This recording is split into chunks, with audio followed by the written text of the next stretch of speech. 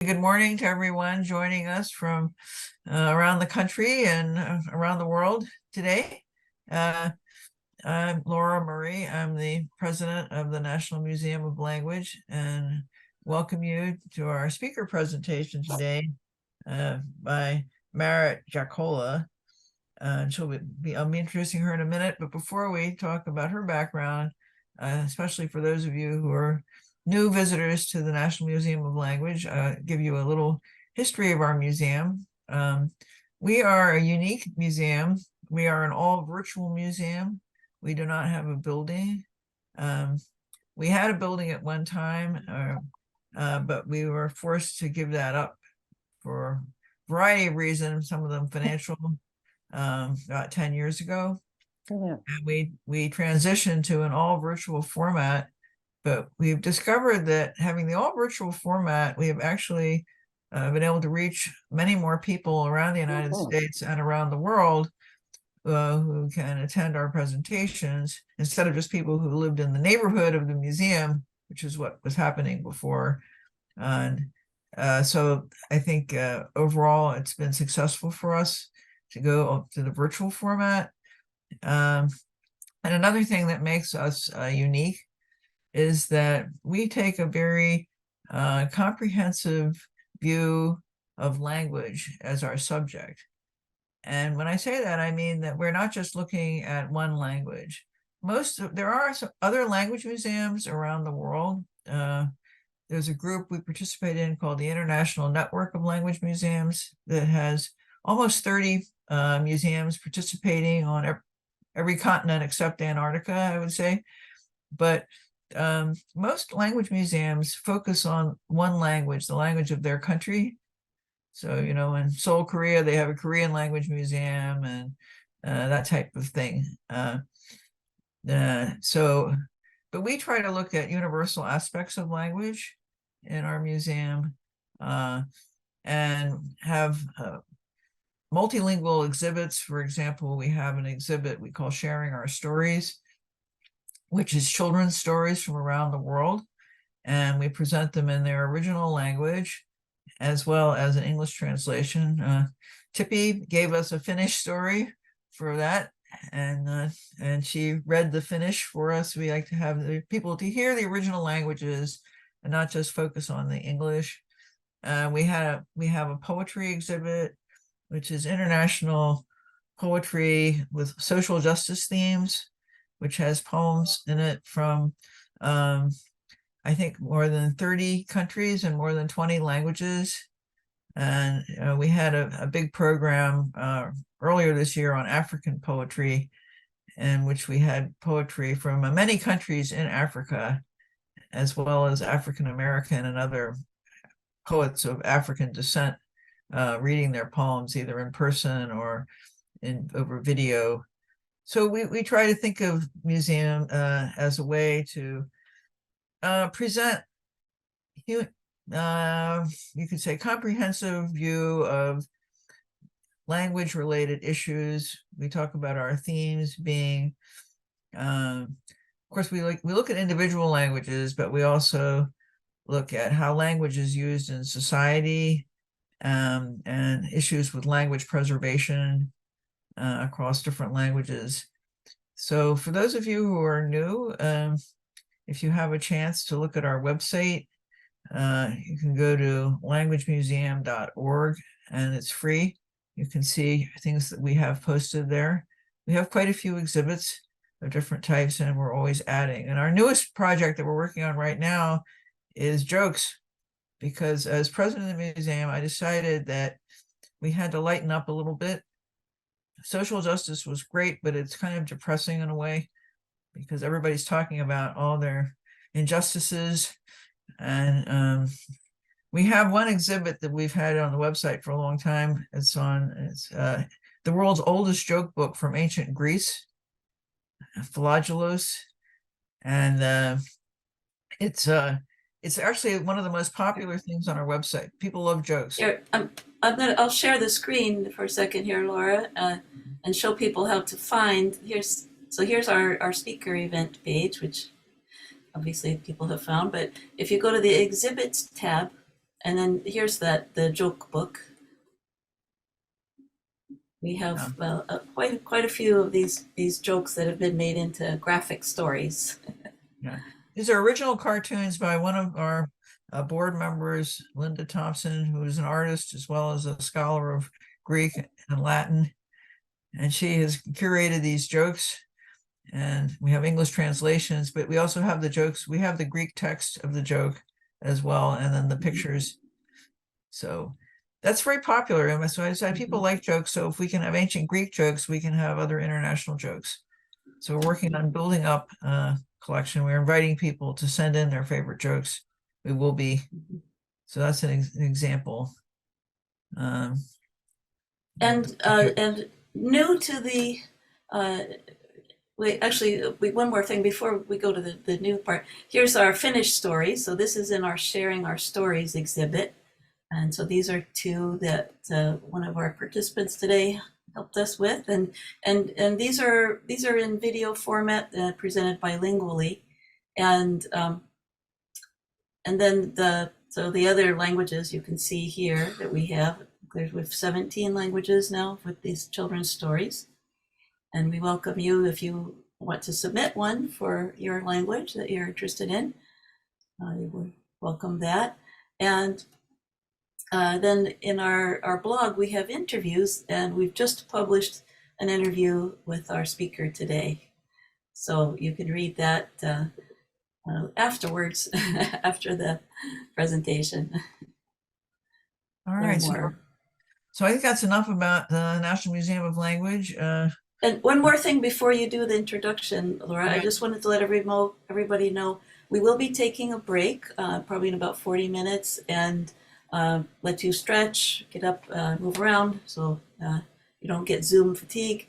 And if you have questions as you hear the presentation, just drop them in the chat. We'll be monitoring that, and we can bring them up either before or after the break. And of course, we'll have a question and answer session at the end. So take it away, Laura. Okay, so our speaker today is Mari Jarkola, PhD, associate professor. She's a media and cultural studies researcher working as the director of Nordicom, which is a center for Nordic media research at the University of Gothenburg in Sweden. She's also an associate professor at the Department of Journalism, Media, and Communication at the University of Gothenburg, and an adjunct professor at the Faculty of Information Technologies and Communication Sciences at Tampere University in Finland. The national minorities and bringing media and minority politics together belong to her most recent research interests.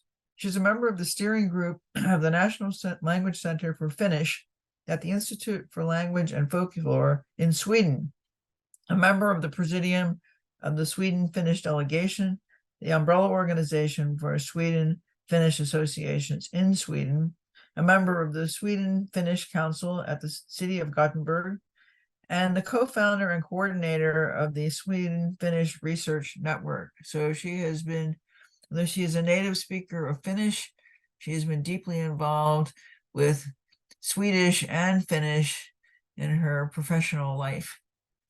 So Mari, I'm going to leave the floor to you. Please add anything that you would like to add, and we'll want to hear what you have to say. Thank you a lot, Laura. Thank you for this extensive presentation, and thank you for inviting me. It's really nice to be able to speak to different audiences, and audiences beyond the Nordic context, beyond the Swedish context, because it always gives some new ideas. And I think when you get the chance to compare countries and cultures and multilingual practices and cultures, you always get very inspired, and you can get a great deal into your own work. So I hope we will have some time to compare our experiences from different parts of the world after my presentation. Right now, I will just start by sharing some slides. And before starting, I just want to say that you are doing such important work. I'm very impressed by the National Museum of Language and how you are conducting your work with languages and cultures. And I would say that all the revitalization actors in different parts of the world, such as we in Sweden, should really take a look at this important website and find inspiration and best practices and examples to adjust in the local contexts. So thank you for doing this important work, and I know that it's not always easy to carry on when there is basically not that much funding, and if you don't have a building and the physical facilities are not there. But on the other hand, you have turned it into a very good asset, that the digital form of being a digital linguistic museum. That's something that we should really learn from you in Sweden. But let me explain what the situation is in Sweden, because my topic is revitalization of the Finnish language in Sweden, and revitalizing the Finnish and other national minority languages in Sweden is now a very topical issue in the country, because 2022 the Swedish government launched a program for preservation and promotion of the 5 national language and minority languages, including Finnish.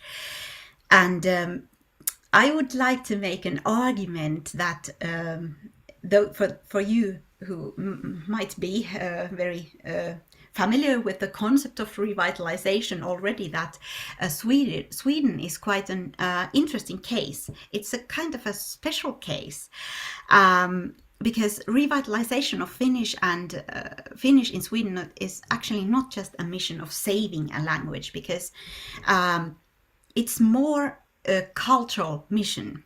It is about reconfiguring ideas on how to implement the political will that is now there, mostly on paper, but not yet always in everyday practices.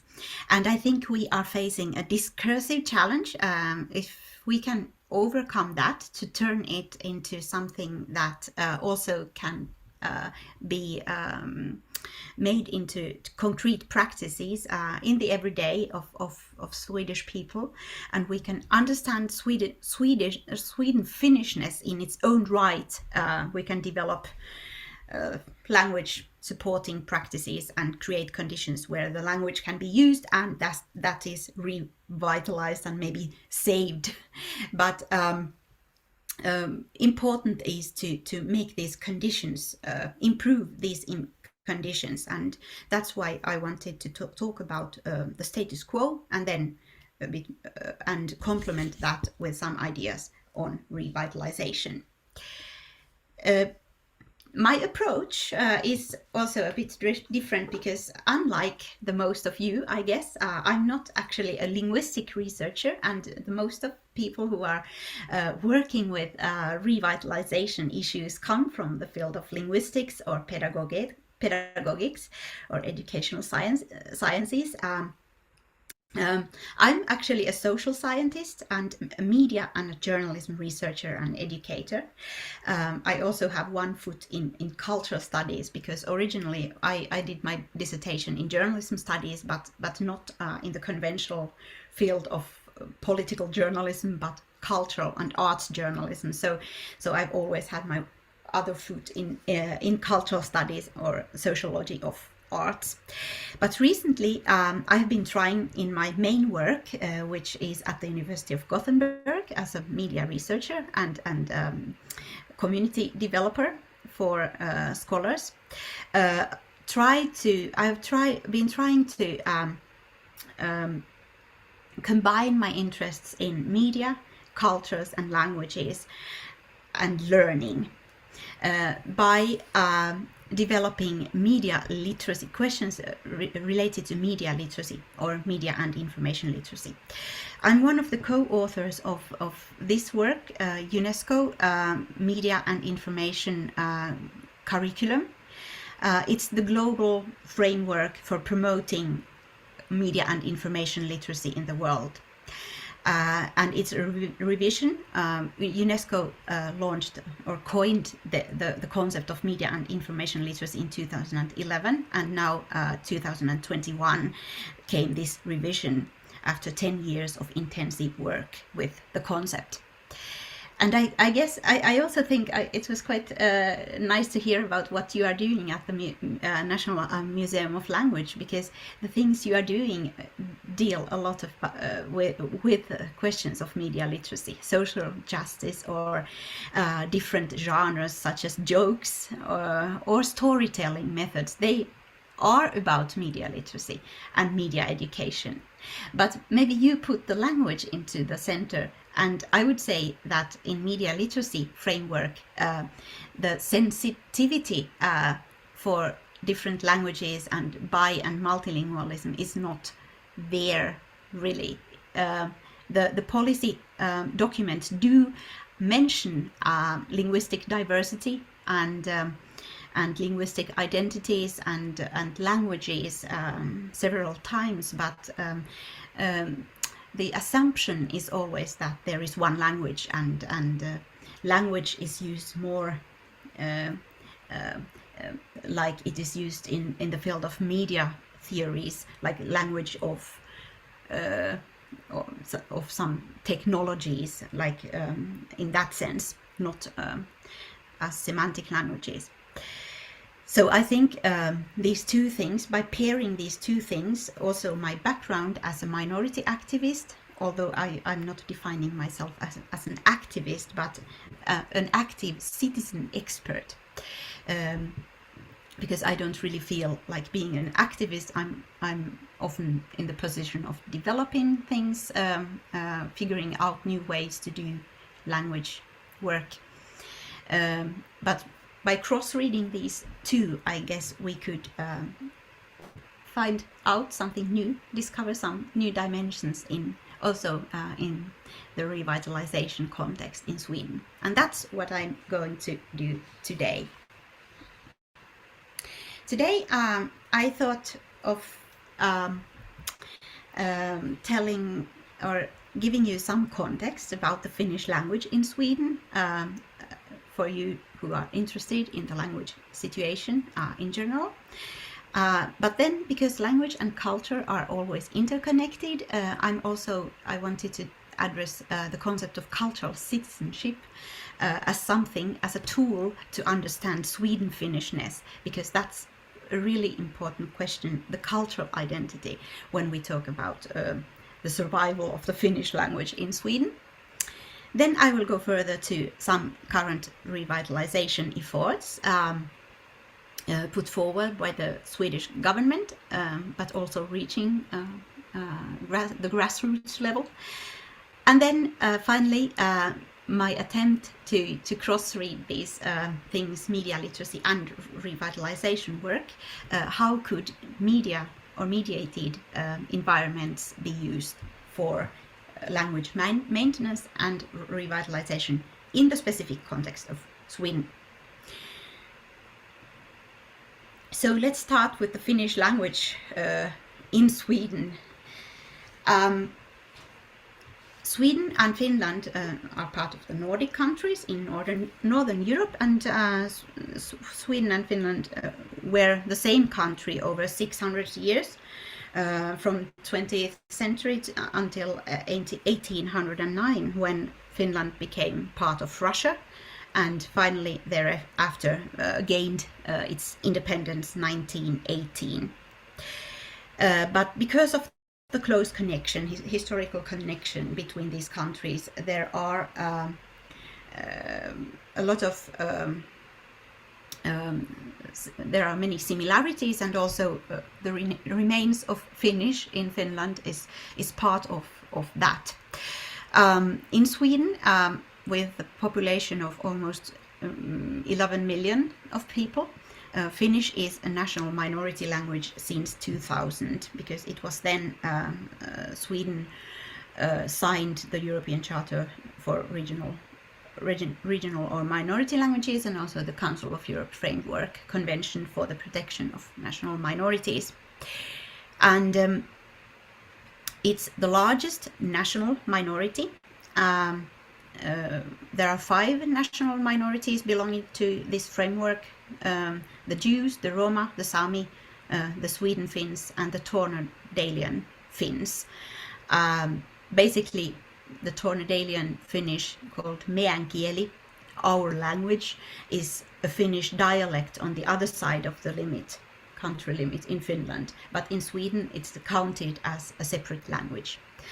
There have been many times that I have been talking to a meänkieli person, and only after 3 or 4 sentences I have realized that, oh, this is not Finnish, this is meänkieli.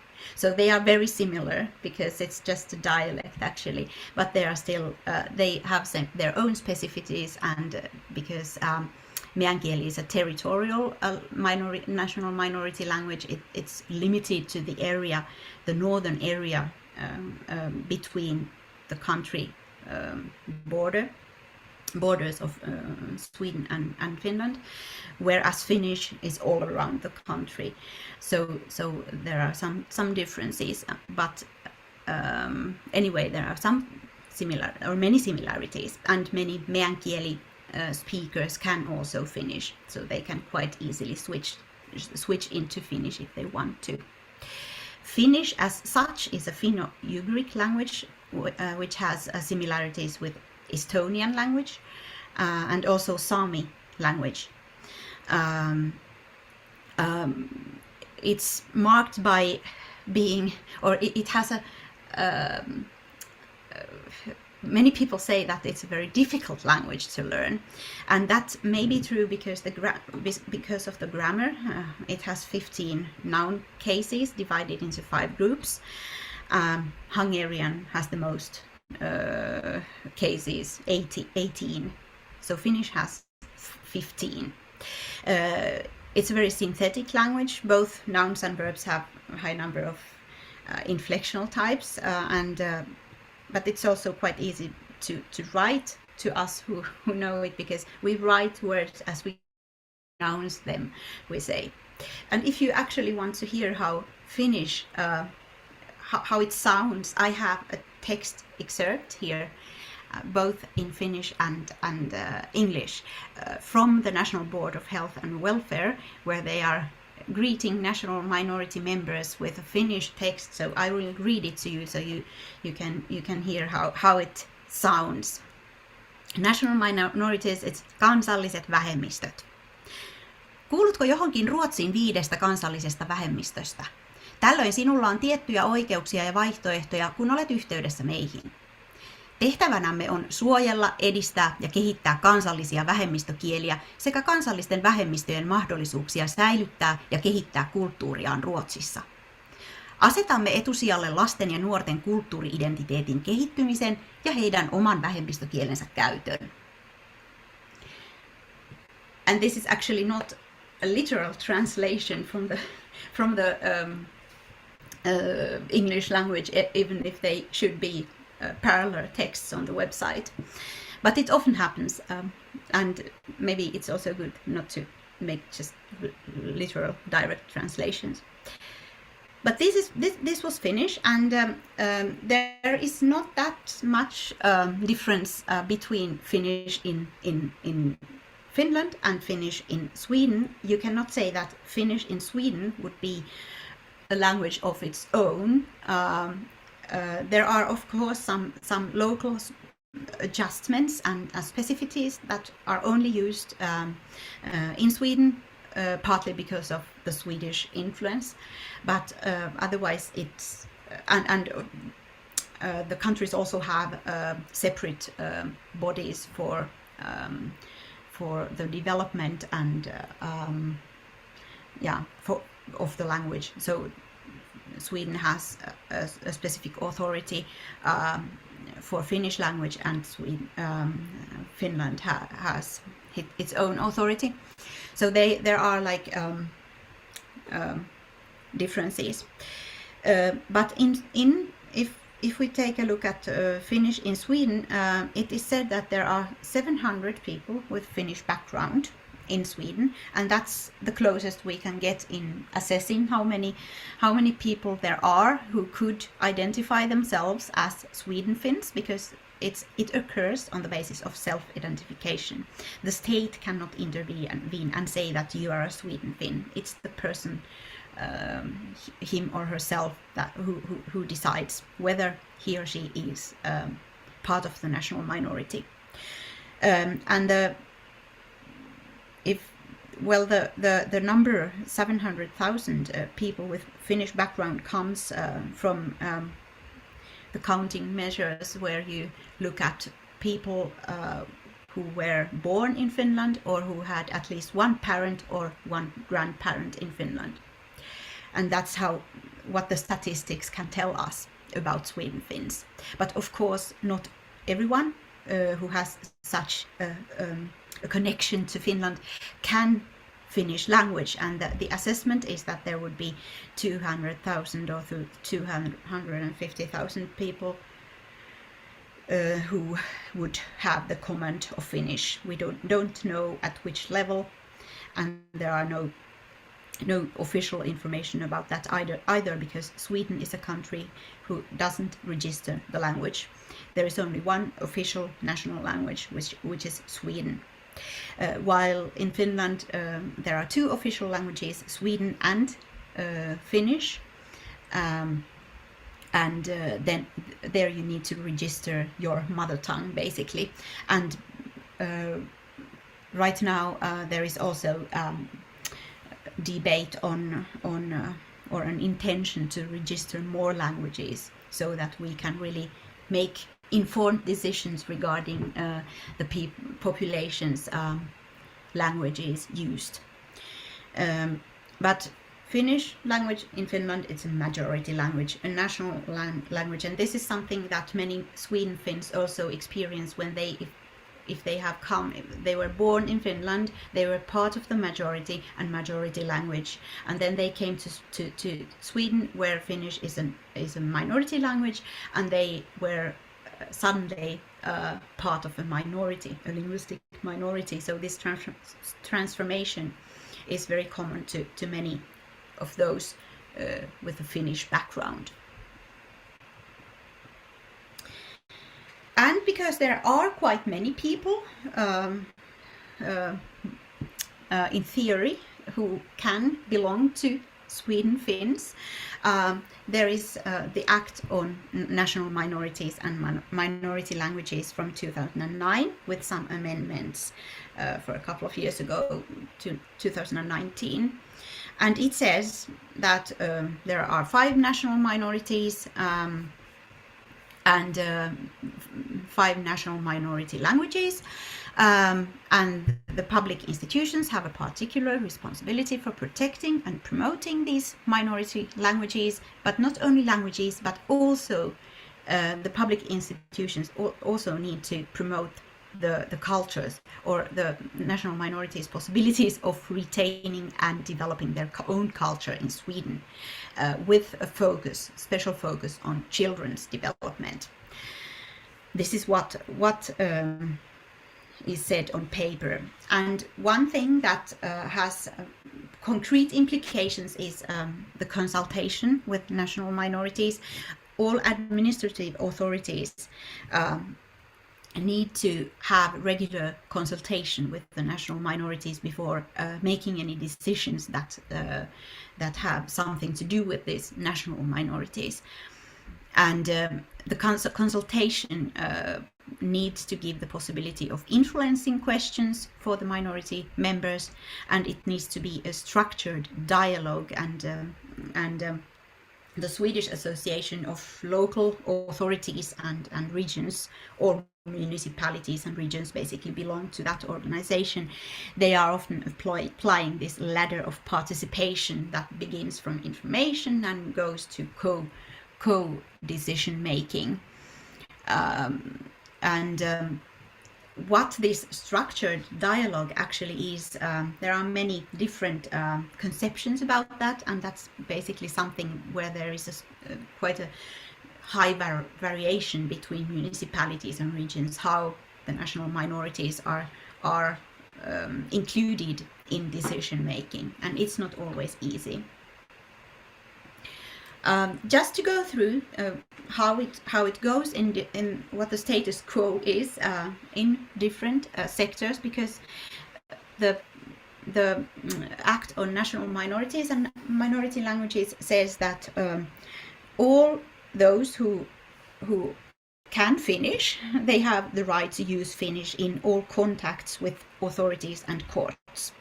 And these individuals also need to be offered preschool and certain other educational activities and elderly care, especially in the municipalities that belong to an administrative area for Finnish. And there are 66 municipalities belonging to that, including my own city, Gothenburg, is part of that.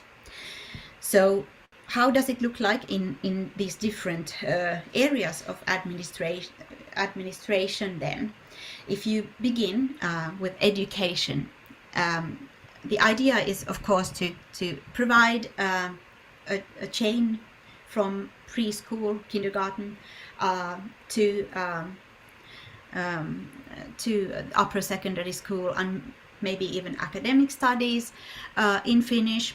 But right now the level of engagement by the government is, or the intention is to provide functional level of Finnish. Finnish is actually a second language for many children who are attending school. They are very many of them, they are speaking the majority language Swedish, maybe as their strongest language, and then Finnish becomes their second language. Of course, there are also cases, especially around the capital area, with a very tight connection to Finland and having Finnish as their clear mother tongue. But most of these children, which are about, how many school children there are with Finnish background, there is also a very large variation in the counting measures. But we can say that there might be about, or the assessments go from a couple of thousands to about 900 school children, because it depends on how you count the description with Finnish background. If you take all children who have at least one grandparent from Finland who was born in Finland, then you have a larger amount of school children. But if you only take those who have at least one parent, then it's of course a more limited group of children. But the Finnish as a national minority language is part of the compulsory school, preschool class and school age educare curriculum, and you can choose it. How much you will, or how much tuition you will receive per week varies from municipality to another. It's normally not more than 1 hour per week. Some municipalities are offering it in the preschool class, which is the zero class before starting the compulsory or primary school, but not more than the half of municipalities are doing that, I would say.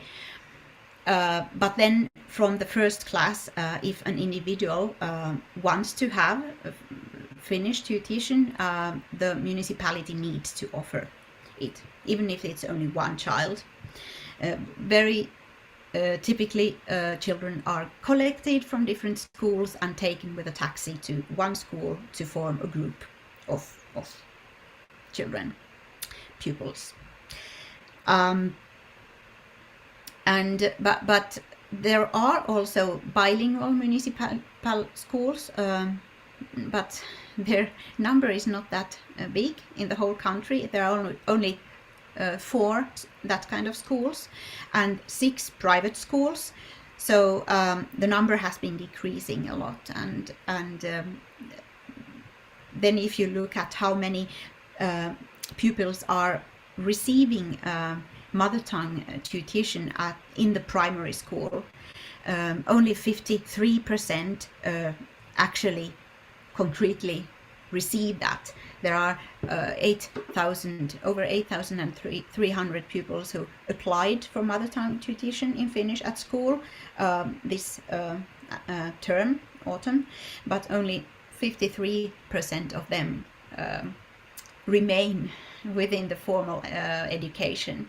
And this is of course worrying. What happens there?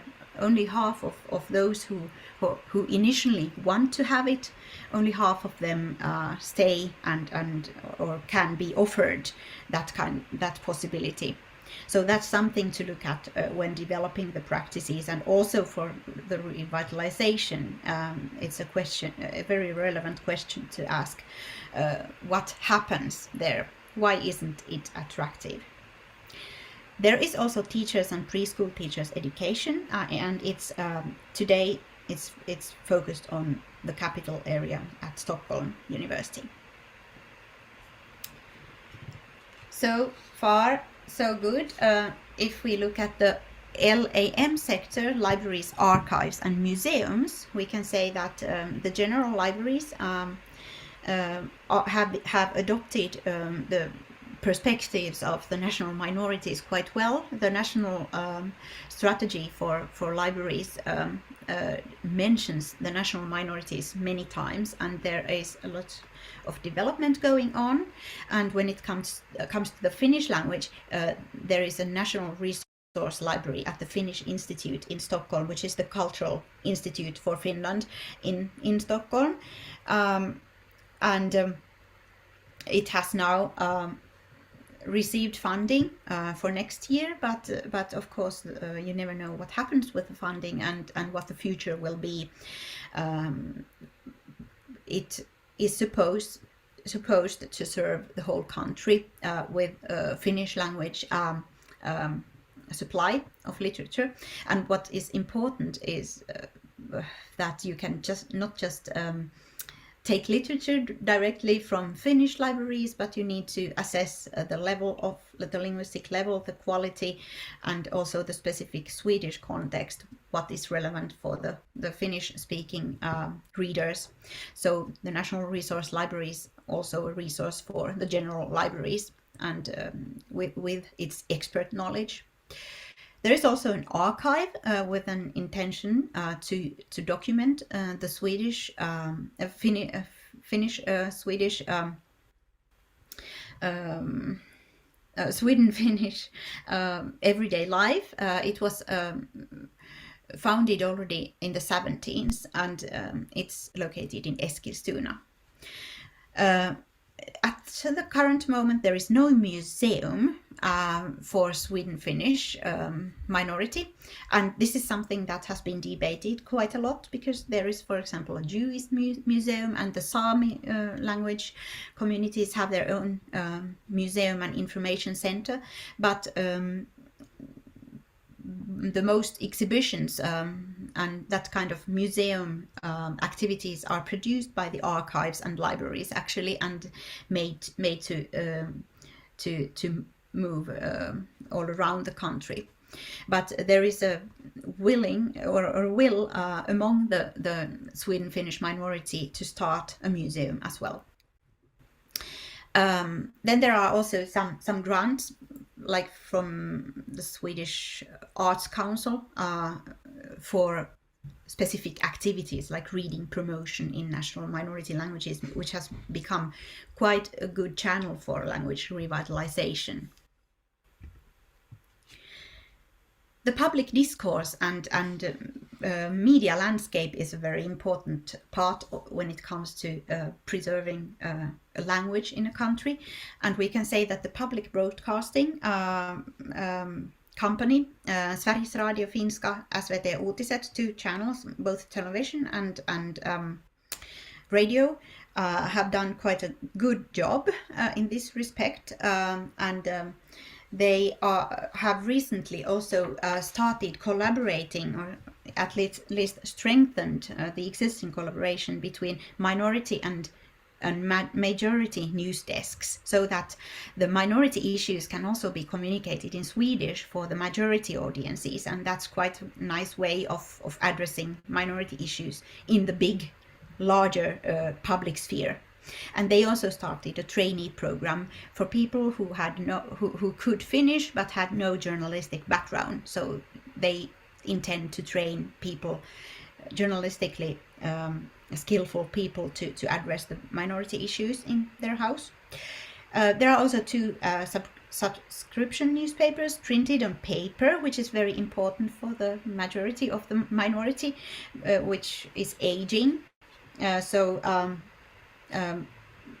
if you look at, for example, the newspaper Ruotsin Suomalainen, Finn in Sweden, it's a very valuable source of information for associations and civil society, which you can see in the last pages, on the last pages, where there are many announcements from the civil society what is going to happen, and this information cannot be accessed online, but it's only on paper. There are also cultural magazines like Liekki by the Association of Finnish Writers, or Kieliviesti by the Institute of Language and Folklore, the language authority, ISOF. And there have been many more cultural magazines, but unfortunately many of them have it's always the same history. They can struggle a couple of years, but then the most recent that I want to mention was an initiative taken by young people. It also took only a couple of years. It was a cultural magazine called Enacted Voices, where young people could write bilingually. But now I saw that no new issues have been published. So it's not easy to make them permanent. Then there are of course online resources like the website minoritet.se by the Sami Parliament, which also covers Sweden-Finnish themes. So the media landscape is quite okay at the moment. Elderly care, the legislation says that all individuals who are living in a municipality which is included in the administrative area need to be offered wholly or just to a significant part the service and care in Finnish, and it includes nursing homes, then home care services, some advice or telephone services, and also information basically on how to deal with the Finnish language and how to get an interpreter if possible in contacts with the authorities and so on. And then I would say that many municipalities are not only interested in this, but there is also a whole lot of activities for those who are rich of age, as you say in the euphemism in Swedish, årsrika. So those who for older people.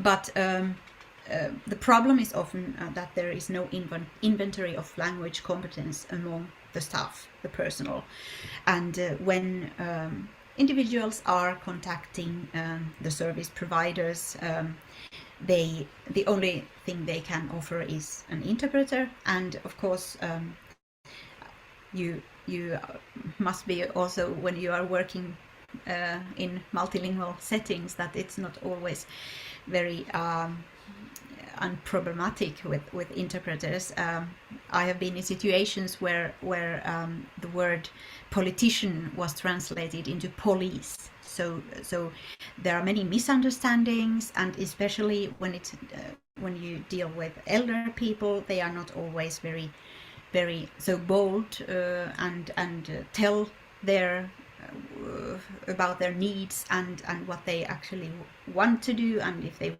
want to have these services in Finnish or not.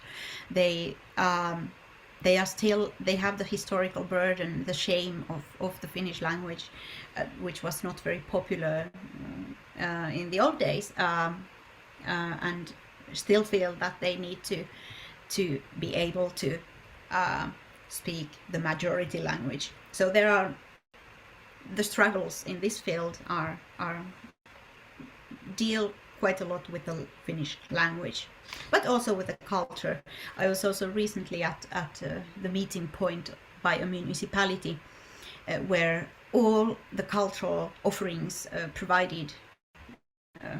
offered for the senior citizens, it was just about the majority culture, Swedish-speaking culture, nothing about Finnish. And also those who came to sing and entertain the senior citizens, they started by saying, "Oh no, we can know Finnish. Oh, I can only 3 words Finnish," and then they presented these 3 words. And this is very typical. I saw it in the faces of the senior citizens, that they are quite often encountering the same kinds of things, that it's hard for the service providers also to know what the Finnish culture is and how to offer it. But there is a vivid cultural scene, especially the Finnish Institute in Stockholm, Finlandsinstitutet. It's an organization with the intention to import Finnish culture to Sweden and to introduce Swedish society to the Finnish culture, but it also supports the Sweden-Finnish culture. And there is also quite a lively literature scene, as can be seen in the Association of Finnish Writers, who also organize a yearly Sweden-Finnish book fair in Stockholm. And there are also theater groups. And the Swedish Arts Council is supporting the different projects quite permanently. And then finally, research. All decisions made for these fields need to be based on evidence, and that's why it's quite important that Sweden Finnishness and the Finnish language and also the culture are studied at universities. Previously, there used to be more institutions giving Finnish courses. Now it's quite centralized. It's mainly Stockholm University, Uppsala University, and Umeå University, which are offering Finnish courses, and especially Stockholm with their teachers program. But according to a bibliographic analysis from a period of about 10 years that I conducted, based on the retrieval of the term Sweden Finns in Swedish, Finnish and English in their different forms, we can say that there are about 4.5 academic research publications yearly on average that are published on Sweden Finns, and also there are also academic students' theses per year for student theses, the bachelor's and master's and doctoral theses, which is quite nice. And recently the National Association, the Sweden Finnish delegation, announced a thesis competition to students to strengthen this part, because it's there it begins. You can get students engaged and interested in studying and producing new knowledge about Sweden Finns. Then they maybe continue to the doctoral studies and more research emerges. And because of these needs, we recently founded a Sweden Finnish research network, so that to bring researchers together from different disciplines, because this is also very multidisciplinary.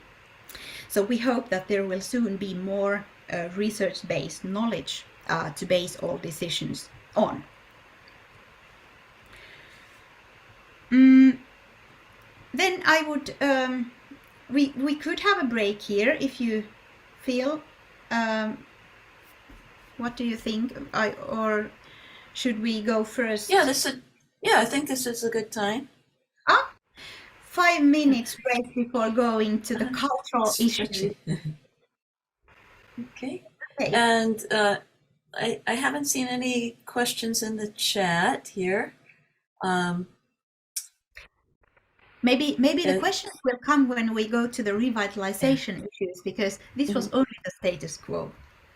I must say I'm extremely impressed with the breadth of different places in the culture and society that are being, where the language is being addressed. It's to me it seems very thorough. There is a lot, and my intention is always also to show that there is a lot. There is a lot of latent potential, and many things are happening, but the official narrative is often that the language is dying and there is nothing for us here. But we will come to these issues quite soon. All right. So we'll do a 5-minute break. 5-minute break. Yeah. So we will be back before the top of the hour. Yeah. Yeah, it's at 5 of the hour. So I know we have people in different time zones here. Exactly. For me, it's 5 o'clock.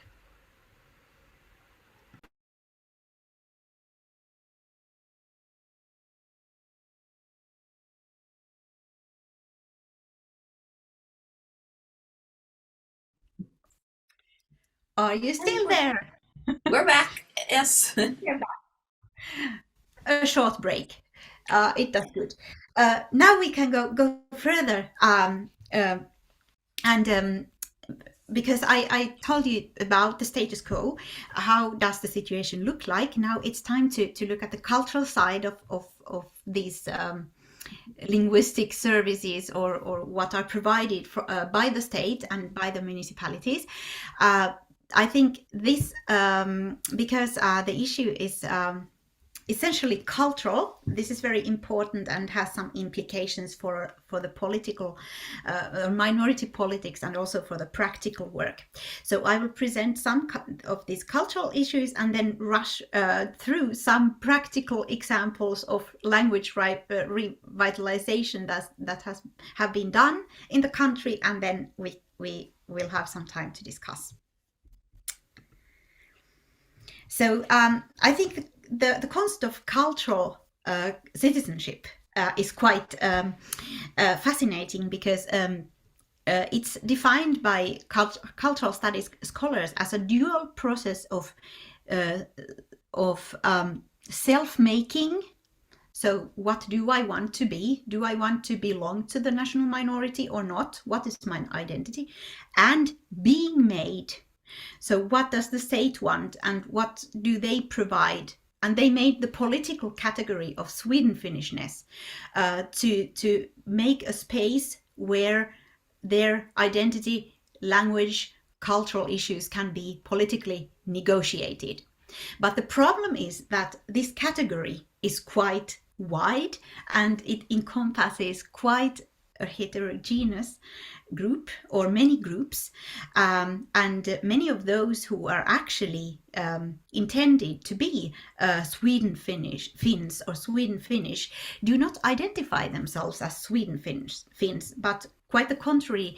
They were Finns in Sweden when they came here, the first generation immigrants in the 50s, 60s and 70s, which basically formed the core of Sweden-Finns. Many of them think that the word ruosu or Ruotsin suomalainen, which is the Finnish name for Sweden Finns, doesn't sound very great. They don't want to be part of such a minority thinking. Also, many of the second generation immigrants and then third generation immigrants with parents or grandparents from Finland think that I don't want myself or my child to be part of a minority.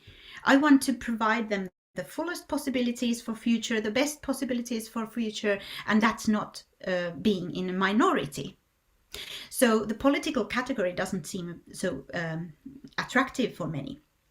But there are first generation immigrants, second and third generation immigrants, and not only the post-war immigrants, but there are actually new first generation immigrants and second and third generated all the time when people come from Finland. Also now the contemporary expats, they can be considered as first generation immigrants as well.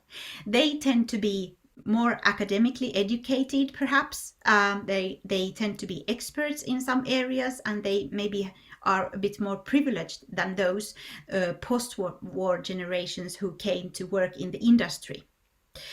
But they are still in the same process. They need to choose whether they want to pass on the language to the next generations or not. Then the other groups that are also addressed by the political category of Sweden Finns, they are the war children, because during the Second World War, when Finnish was in the war with Russia, 80,000 Finnish children were sent from Finland to Sweden, and about 7,000 of them stayed. And they have quite a traumatic history. Many of them, well, it could turn out to be quite good, but not for everyone. It was traumatic for them to be separated from their families, and they needed to start a new life with a new family, maybe against their will. So this is one group of people. And then there are also forest Finns. And this is a group who has maybe recently discovered their roots. Forest Finns were actually the most original indigenous Finns because they settled in the forest areas of Sweden and Norway in the border in the late 16th or 17th century. And in Norway, they are a national minority, but not a separate category in Sweden. And they exercised a slash and burn agricultural method for turning forests into landmarks or farmlands. And they talked a specific dialect from Savolax in Finland, where they basically came from, the dialect they took from Finland. But that dialect is today extinct. The latest persons died in the 16th. And these contemporary forest Finns are descendants of these persons, basically all assimilated.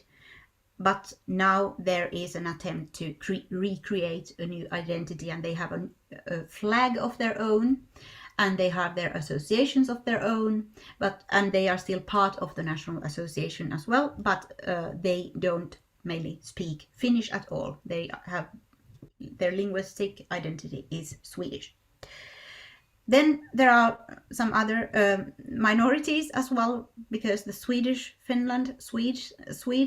Finlandssvenskar, the minority, the Swedish-speaking minority in Finland, when they come to Sweden, they have basically no national minority status because they are not Sverige-finnar, Sweden Finns.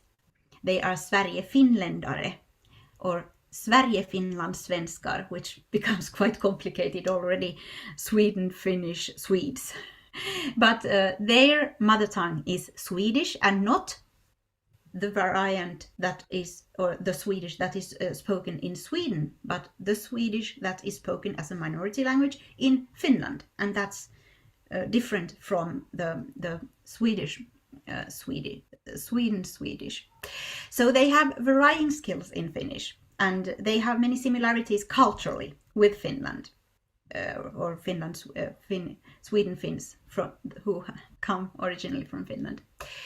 And then with among the other national minorities in Sweden, for example, Romani and Tornedalians, there are also, as said, people who can Finnish and want to use Finnish and maybe then have the same intention of revitalization as the Sweden Finns. And then one group I would like to add are the returners, those who, for example, when they retire, they want to go back to Finland, but they still want to, because all their networks and relatives and friends are in Sweden, so they are still keeping contact thanks to the digital possibilities of today with the Swedish part of their families. So this is quite heterogeneous, right? And you can illustrate the situation maybe by looking at the cultural coordinates like this. There are people who were born in Finland and have a very close connection to Finland. They are using Finnish maybe, but not all of them. There are people who were born in Sweden who are either speaking Finnish or Swedish. Of course, the borders, the boundaries are porous and never exact, but by this we can identify 4 different categories of speakers. The language carriers with relationship to Finland Finnish culture, which is basically a foreign culture, a neighbor country. Then the language carriers with relationship to Sweden Finnish culture, they feel like being part of the domestic culture. Then there are language carriers with relationship to Finland Finnish culture, and then language learners, two types of language learners with relationship to Finland Finnish culture and Sweden Finnish culture. So we can also illustrate it like this. We have different persons like Pirjo, who is a first generation immigrant, lives on the west coast of Sweden, like me, in Gothenburg, came here in the 70s to work for the car industry. Volvo cars are very big here in Gothenburg. She could speak Finnish with colleagues because it was a large community of Finnish migrants, but she did also later on, because she got some education and got further to be a kindergarten teacher. So she also learned Swedish. But she's allergic of this newer concept of Sweden Finn. She's more familiar with being a Finn in Sweden, or perhaps a two-lander, like both Finnish and Swedish. Very a typical case. But there is also Pentti, the war kid, who came during the Second World War from Finland to Sweden and lost the Finnish language, got assimilated in the majority society in a completely monolingual Swedish family. And now he is feeling not very well about that fact. He has also lost many relatives in Finland, and not the least because of the language barrier that has been created between them. Then there is Pirjo's daughter Pia, who is 40 years. She's struggling to get the mother tongue education at school for her son Petteri, who is 12 years. Petteri doesn't want to learn Finnish. He thinks, like, who wants to learn such a small language which is not spoken in the environment? It's like asking me, do you want to learn some Lithuanian or Latvian language? There is no use for Finnish, he thinks. Pia herself has learned to speak but cannot write any longer texts or communicate in written form. She's highly educated, has a good job in Sweden, but uses mostly Swedish in her everyday life. She's still appreciating the possibility to pass on the cultural heritage to her son. But Carl never got to learn Finnish because his parents, even if he was living in a Finnish-speaking family in Sweden, they switched to Swedish. He understands his parents. His parents didn't want him to get marginalized in any way, but they said that it's better to find you a Swedish way of life. But at the same time, while he understands his parents, he's now a bit sad and disappointed about having lost the language, especially nowadays when he has rediscovered some Finnish friends and would like to reconnect with them. But Emma and Lisa, who are 20 years and are friends, they have found the Finnish language and Finnish culture because of the Eurovision context, where Käärijä came second and was a very popular musician, and they wanted to learn more Finnish, and they want to cherish this language, but it doesn't seem like a domestic language. It's more like a language in a foreign country, in the neighboring country. It's a foreign language at school. Per is a skogsfinne, or a forest Finn. He has done the thing that I recently told you about. He has rediscovered his identity as a forest Finn, but doesn't know any Finnish and actually doesn't want people to talk any Finnish, because the most important thing is the cultural identity that all of us, especially forest Finns, share with each other. And then there is Henna, 35 years, who has recently come from Finland and found a new job here in Sweden, and is struggling with her Swedish. She sees herself as a Finn in Sweden, like Pirjo, but in another way. She has no intention to learn any Swedish, because also her workplace at an international company, there the working language is English. So what can these persons do for each other? What do they have in common? And what can be done for them? As you can see in these differences and in the heterogeneous composition, it's not a very easy task.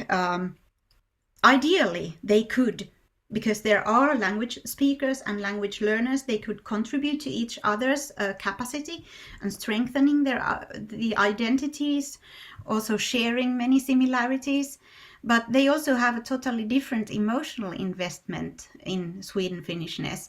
Some of them have experienced traumas, and they have maybe think that they have been discriminated, or they have been assimilated by force against their will, while others think that Finnish is quite an enjoyable and funny thing, and they have no historical burdens like that. But that's something that needs to be gone through when working with the Sweden Finnishness. And one thing that often comes up are these two competing narratives, because the Finnish Sweden Finnishness, there, as you can see in these personal stories, there are some layered or parallel conceptions or conceptualizations of Sweden Finnishness. There are also some parallel and competing narratives, and I would say that these two are often put against each other. There is the migrant minority, the migrant history. Sweden Finns are those who have a background in Finland, those who came here and who are like living in a state that is similar to a diaspora. They are clearly migrants, not Swedish like that. They can be assimilated on the conditions of the majority society if they want to, as all other minorities like the Arabic speaking or the Swahili speaking, but not but then they need to forget about the other part of that they possibly have. And then there is the other narrative, the domestic minority narrative, where Sweden Finnishness is part of Sweden's heritage and cultural history, and thus Finnish is thus one of the domestic national minority languages. And this is actually the thing that is put forward by the national minority position. All the 5 national minorities should be domestic minorities. But because people do not always identify with that kind of a conception, and it's a very young conception, we need to remember that it was also only coined 2011, actually, when Sweden started celebrating the Sweden Finnish Day in February, and when they got the flag, and when all the symbolic stuff came into being. It's only the starting point. It takes years and years and years before everything gets normalized and adopted culturally by the minorities and also by the majority society. But these 2 narratives often have some political implications, because if the majority society, who is expected to offer services in the Finnish language, if they have the migrant minority narrative in their mind, they are asking, why should we offer service for Finnish immigrants? The most of them can already Swedish. Aren't the speakers of the new or newly arrived minorities, such as Arabic, more important for us in that respect? And then there is a negotiation of that puts Sweden Finns into the minority position that is not very favorable for asking for services in Finnish. Then the political implication of being a domestic majority is much more favorable, because then, if being part of the domestic population, you differ. We can see that the national minority differs significantly from the newer minorities, and the question is not about integration, being integrated or even assimilated. It's about cherishing a culture and language of their own here in the Swedish society, and which is significantly another kind of question than promoting or supporting Finnish in Finland, because there it's a majority language. Well, but in the revitalization, we often address these different or face these different narratives. As I have already said, the Swedish government has put quite a lot of effort into language revitalization now, with a new program, which includes also the establishment of national language centers for all the national minority languages, including Finnish, and they are supposed to collect best practices and support work with the national minority languages at the lowest levels, at the local levels, mainly through civil society organizations who can get grants for different projects. There is also an ongoing debate whether there should be a Truth and Reconciliation Commission for the Sweden Finns, as there has been for the Sami people and for the Tornedalian minority, Kveens and Lantalaiset. But the discussion is going on and no decision has been taken yet. But if we look at the revitalization efforts, I would say that the maintenance of language and revitalization of language are strongly intermingled in Sweden. You cannot really separate the language maintenance and language revitalization efforts, because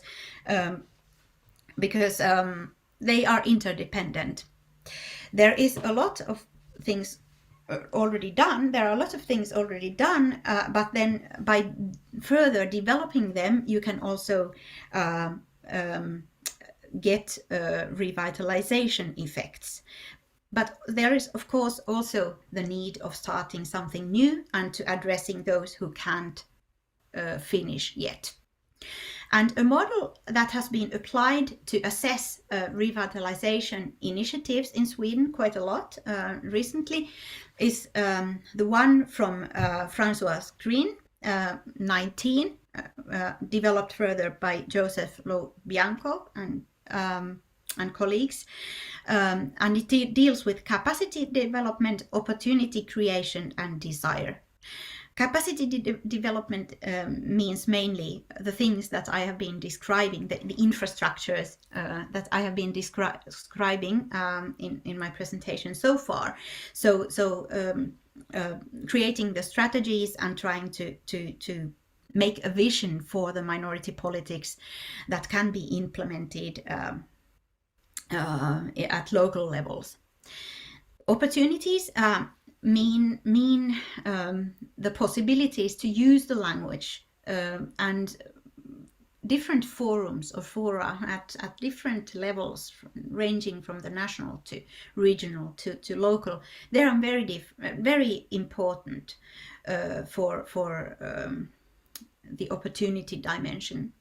And then there is the desire dimension, where individuals are following or are having different attitudes, and also organizations and communities have different attitudes which are normative, often informing the practices. Maybe sometimes we are not completely aware of these attitudes either, but there are attitudes which create norms and practices. And I would critique this model actually by asking whether the concept of desire is enough.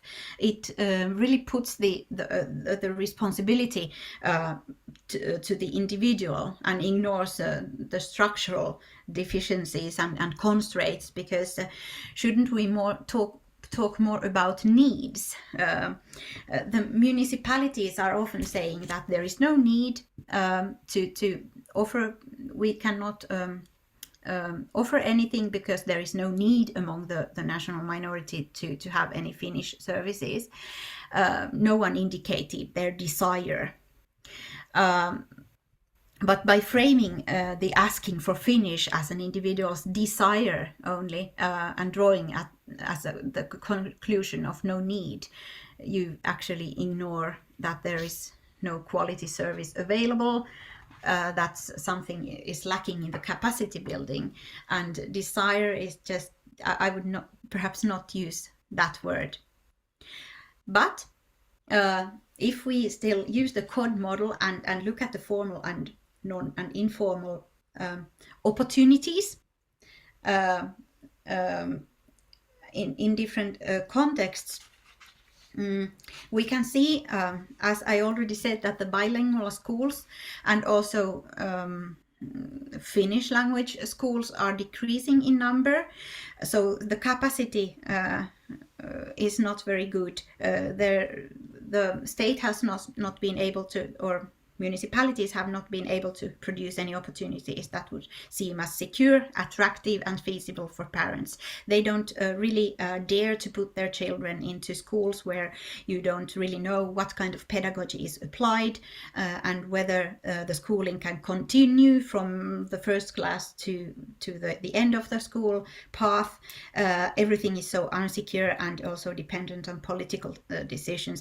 I guess this is the question in most countries struggling with minority language issues.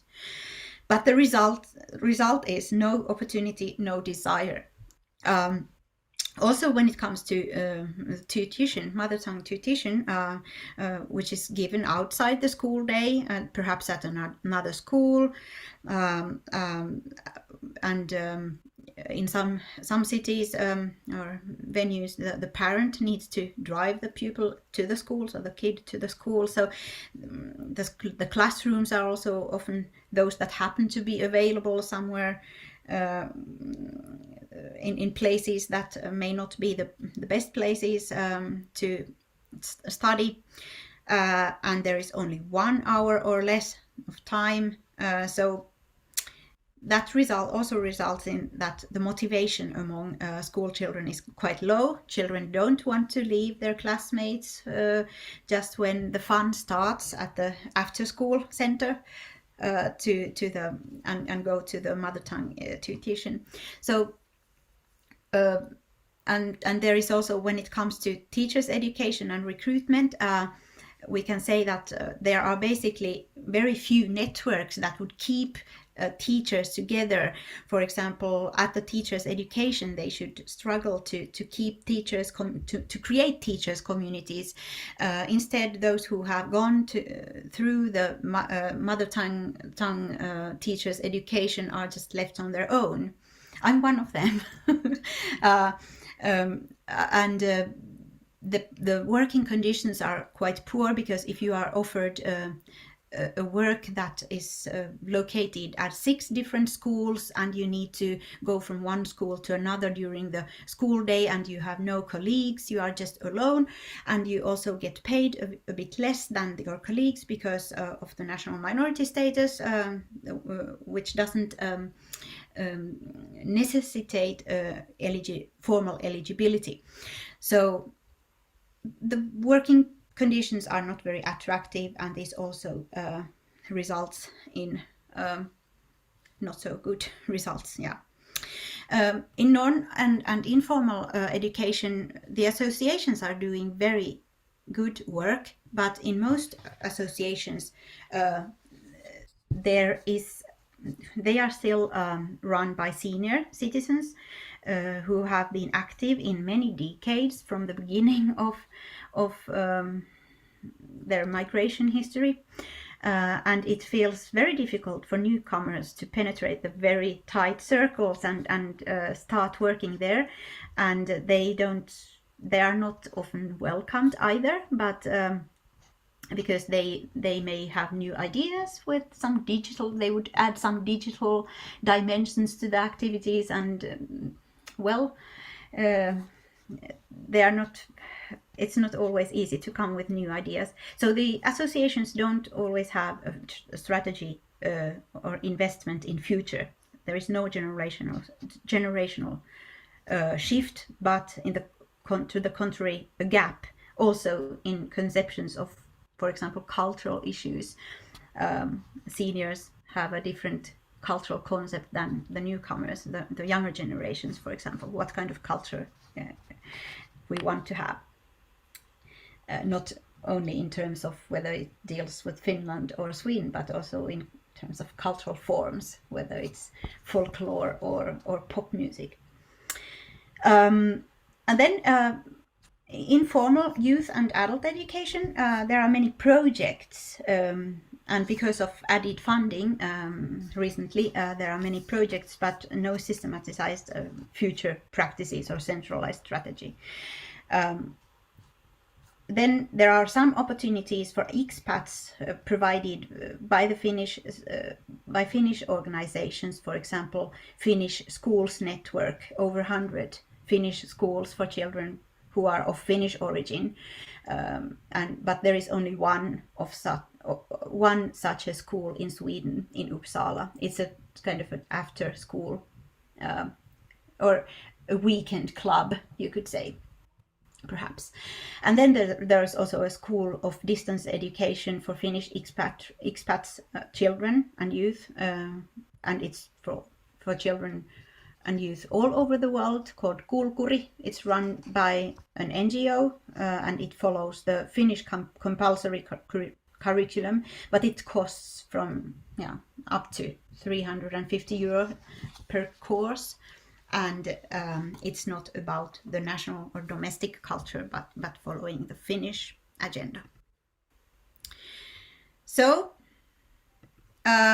if the conditions for language maintenance have potential, but also some problems, what can we do with media literacy? The definition of media literacy is actually how to deal with different media and media tools and cultures and also digitalized spaces. It's defined as the ability to access, analyze, evaluate, mediate, and create messages in multiple media forms. And it covers both media reception and media production, both analysis and creation of messages.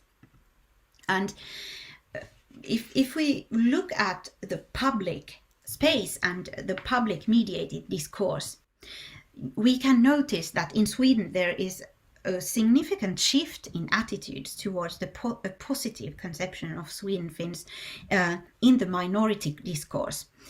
And this is mainly because the public service broadcasting company has actively taken the role of shaping the discourse and trying to empower citizens. You should dare to speak Finnish more, and they have taken some celebrities. For example, here in the pictures you can see Anna Järvinen and Love Antel and Markus Krunegård, who are musical artists who have all become active in singing in Finnish, not only in Swedish, and also become popular. And then they are often interviewed about their Sweden-Finnish identity and their relationship to Finnish language. Here Love says that at some point I really want to go to a Finnish course and start learning Finnish. And Anna Järvinen says that Finnish has become an interesting language in front of the majority audience. So they are also, by celebrification methods, they are trying to make faces that could be identified, that the potential Sweden Finns could identify with, and this has had the result of also contesting the so-called crisis narrative that everything is going down and the Sweden Finnish culture is also dying. No, it's not. When you look at, for example, the last person in the picture, who is a grandma, or actually mother of Markoolio, who is a musician with Finnish origin, but she, Irma Lehtosalo, was born in Finland and is a Sweden-Finnish migrant, but she's a very popular TikToker nowadays. She has 280,000 followers, and she has become also, for the majority followers, she has become a popular figure because she is an honest figure, saying things as they are and like behaving very not in the typical way of what you could expect from a Sweden Finn. But then if you look at the public majority discourse, you can say that it's still quite stereotypical. Sweden Finns are typically interviewed at the Sweden Finnish Day, Sverigefinnarnas dag, which is celebrated, as said, in February. And for example, this the title of the article about Sirpa says that she made a good life with the help of the Finnish sisu, which is a concept of resilience. That this is a very typical story about a Finnish migrant in Sweden.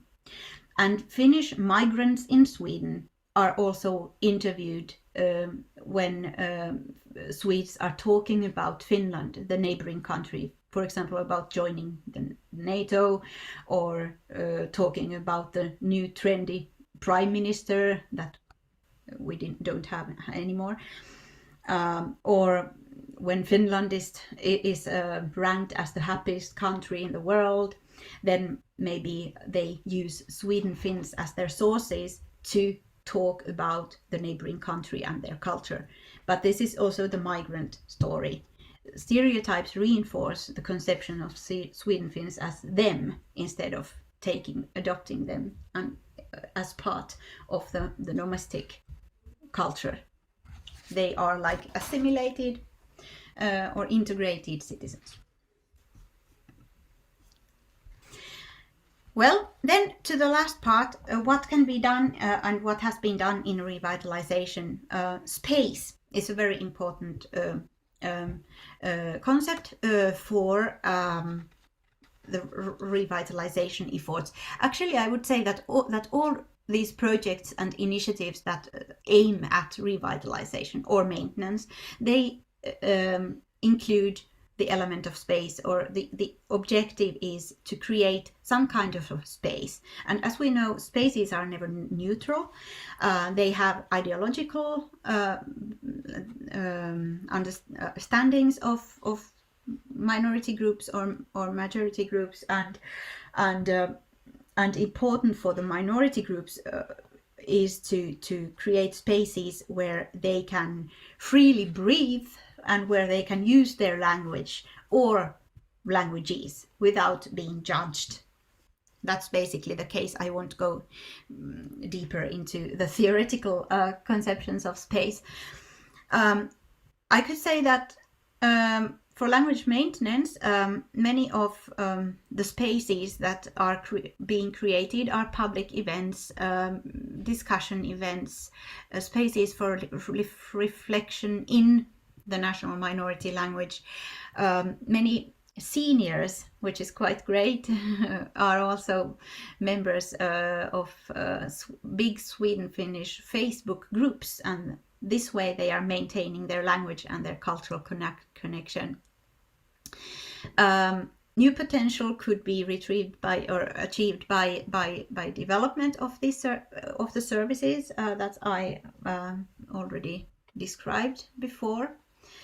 And for language revitalization, the most models that have been used so far are based on creating either a physical space, which can be a language bath or shower, which is a very common method in Finland and have been transformed into the national minority settings. Many associations are also using language baths or language nests or language showers as the method. Study circles, because Sweden has a very strong tradition of setting up study circles for citizens, so both digital and physical, with a focus on learning the language, for example by shared reading or by common discussion. But maybe something that we could keep in mind is that language doesn't always need to be in the focus, because especially in the creation of media messages, you can fully focus on something else. As we did, I will skip here, as we can see in these two examples, the first one was a project which I wanted to address because it was initiated and conducted by the municipality of Gothenburg. So it was a typical example of how a big city, Gothenburg, has quite a big governance, and it's not always easy to put through these kinds of projects. But this was a cultural project by the cultural governments area for all national minorities, with a creative workshop series where young people came together to produce a common zine, a magazine, but an amateur one, and also an exhibition including some learner-generated films about their cultural identity, and also artistic and aesthetic work.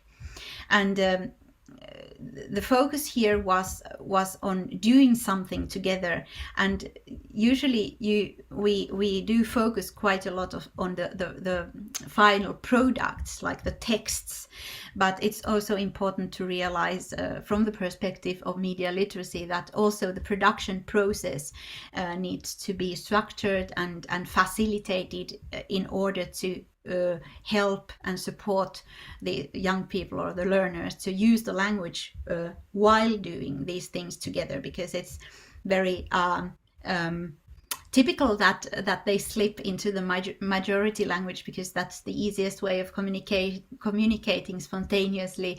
But the idea in these kinds of workshops is also to maintain and try to keep the language in the production processes. And that needs actually some pedagogical support and facilitation. It doesn't come automatically.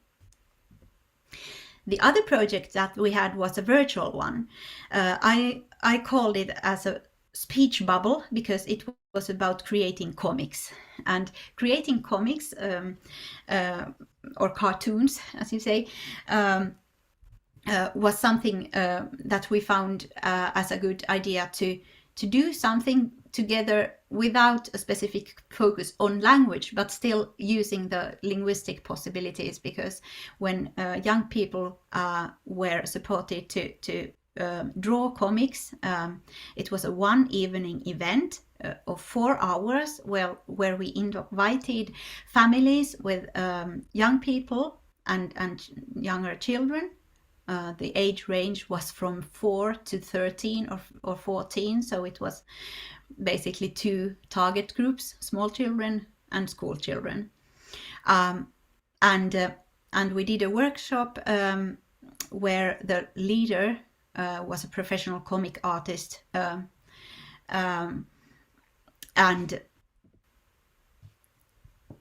starting with an introduction, then going on with some supervised activity where the smaller kids could be along, and then going further to a freer activity and then presentation of the work. And then we put everything together into a book that was published by the archives, the Sweden-Finnish archives, online, and that includes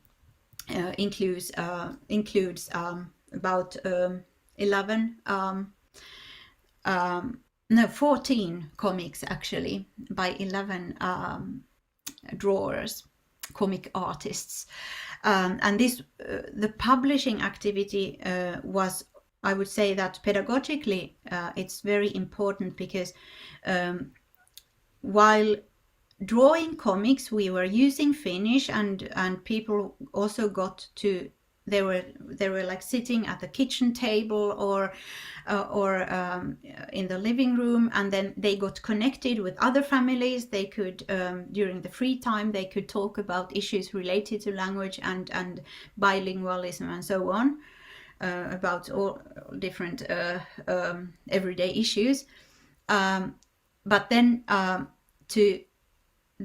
during this process in the speech bubble, which was a safe space for using the minority language, they could develop the minority perspectives, but then publishing them to everyone as a bilingual work implied making the culture and these issues visible also for the majority society, which is a very important aspect of all revitalization issues, actually, to formulate the minority perspective, but also make the minority perspective visible and in front of the majority society. So this is the book can be accessed at kuvakiva.se. And it's quite nice because now that we are working with a new target group, senior citizens, with another method in the same project, we found out that the kids who were involved in the workshop keep asking. They have kept drawing more comics, even if they didn't do that before the workshop. They have been asking whether there would be another occasion where we could meet each other and present our work, what they have been doing recently. And now we then got the idea, why not present the newer work to the senior citizens? So there is the actual connection between these different subgroups of the national minority, and we can pass on the work to the next target group. And this is also something that should be done more within the national minority revitalization work. And this is also part of making it visible to everyone. We were also guests in the special morning program in the radio. So it's quite a extensive work, actually, communication effort, not only internal communication but also external communication.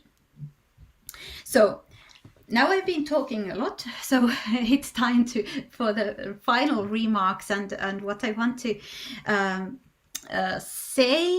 suggest is that, as you have seen in these many examples, so the Sweden Finnishness is a political category with high heterogeneity in terms of language and cultural orientations. Everyone needs to have or get space within it, but it could help if we could think of the subgroups as an ecology that should be aligned with each other somehow, so that they can support each other instead of just having separate projects, because a strong national minority ecology I think it would benefit all these subgroups.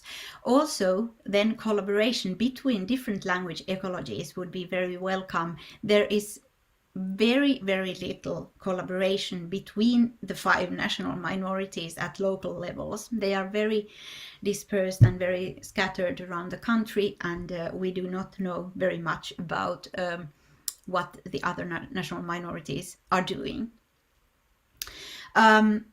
And then to make use of media coverage, mediatized spaces, try to change attitudes, change patterns of seeing Sweden Finnishness is a major mission, and it can be supported by goals of media education, which is a global UNESCO-led initiative, and has created a framework that could be easily available for linguistic efforts as well. So cross-reading these 2 traditions shall continue. This was my first attempt to do so, and I promise to do that a bit more often in future, because I think it would be beneficial for all to create linguistically aware media literacy.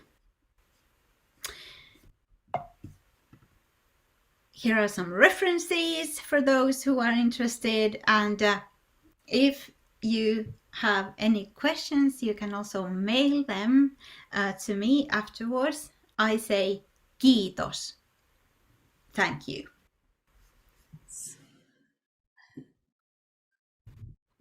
And thank you. So we have a question in the chat. Blake, would you like to ask your question? Because I cannot pronounce this name properly, I'm sure. Yes, absolutely. If you'd like to unmute.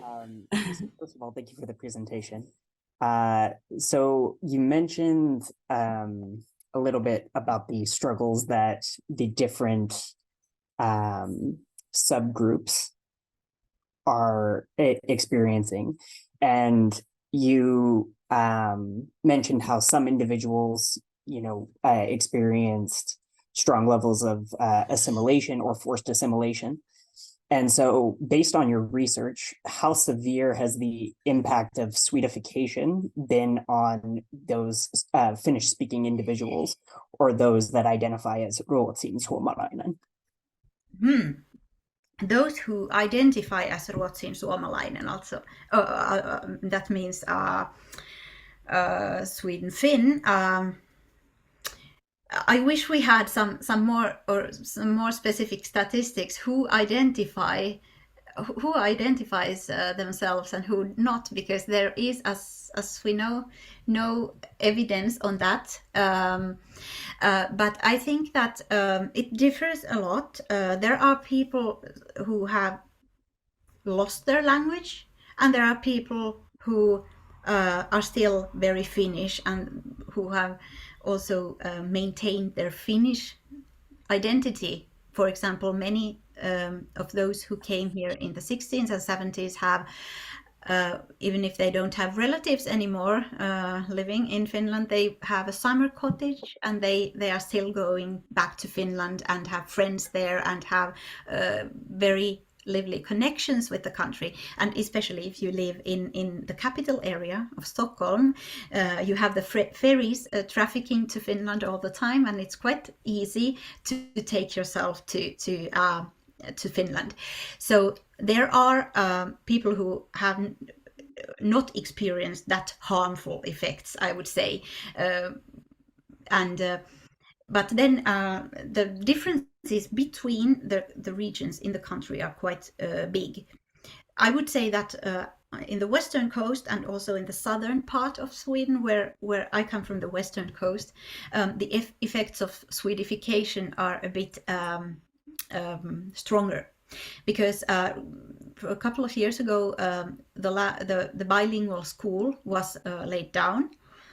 It was a private school, but because of the authorities who had some requirements that should have been fulfilled, and the private school was not able to fulfill these requirements, they needed to shut down. And that has caused quite a big trauma here, because it has been its effects are quite destructive, because we don't have a community around the school anymore. People are quite separated from each other. They don't have any common area anymore.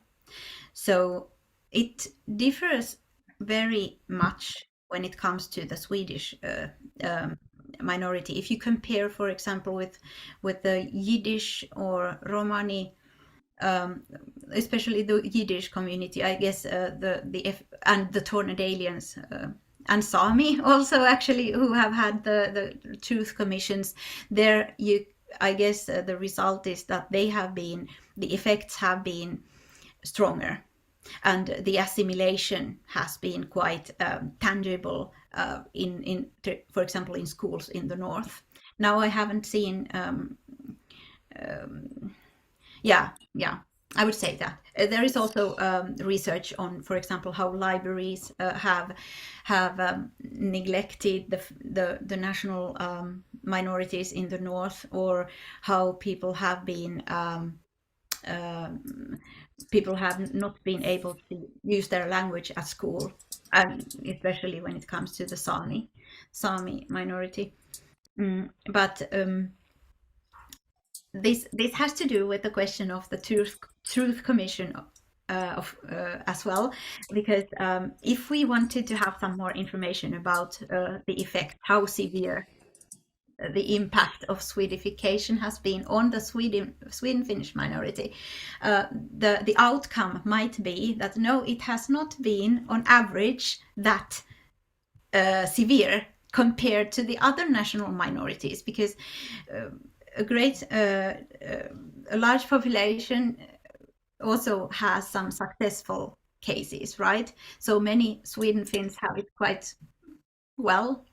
They had led a good life and haven't suffered from any Swedification harms. So that's also the question that's related to the establishment of the commission. Would it have some harmful side effects if the results were like, no, it's quite good for you, so you are on the better side, while the others have been discriminated or assimilated more? And that's something that we don't have to necessarily to make polarization or put national minorities as opposed to each other. That's something that we should avoid, because each national minority has its own history, trajectory, their own specifics, and it's better to speak of them as separately. Thank you. So, thank you for the question. And you also have another question, I see.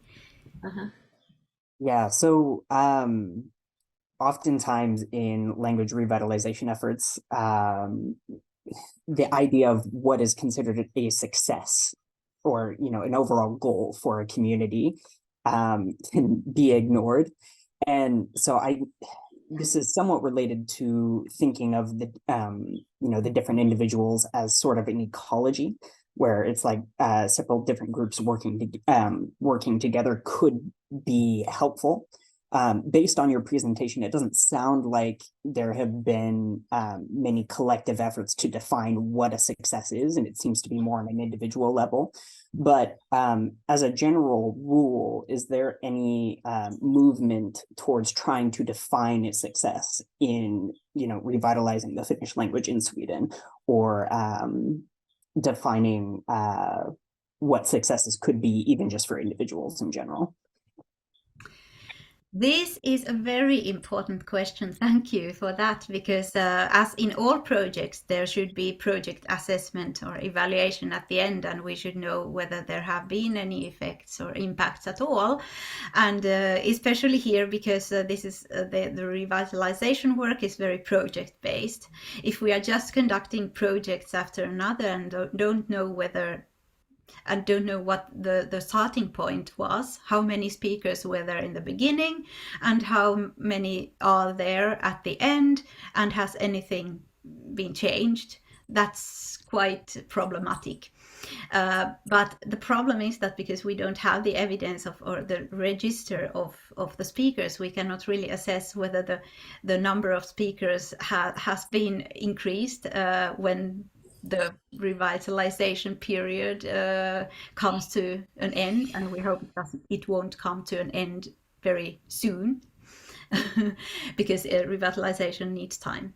But there is some work going on creating an index of the different levels of speakers and speaking at ISOF for the government. And this work is ongoing. The report will be ready sometime next year, maybe in March, February, March. So then we will hopefully have at least something to base the work on. But I think something that should be always embedded in the revitalization programs in these ecologies is the follow-up.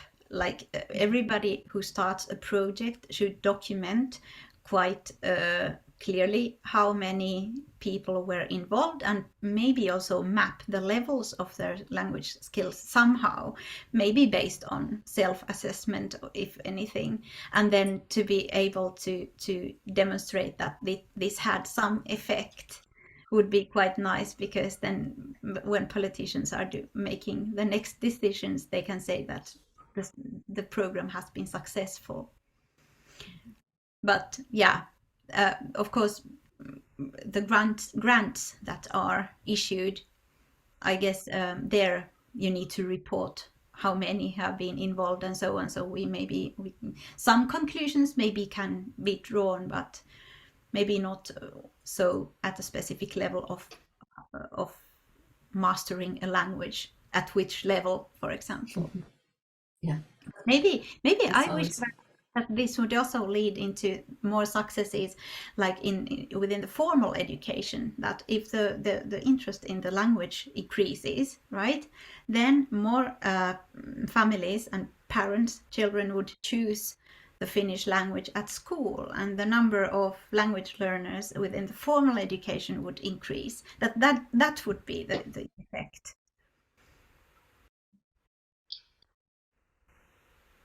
Yeah, that assessment issue is very tricky. Assessment and evaluation of the proficiency. I saw a lot of parallels between what we have going on here in the States in terms of our bilingual and multilingual population. We have a census every 10 years, and one of the questions is, about what language is spoken in your home. So we do get that as a kind of a baseline for the people who use different languages. But I have a question about you talked about the war children. Can you explain about them?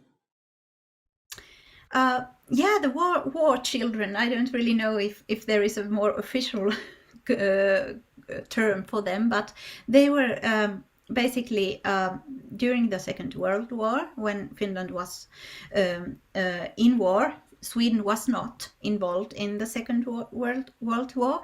So many Finnish families decided to send either all of their children or some of their children to a safe place. And in Sweden, there was a campaign that that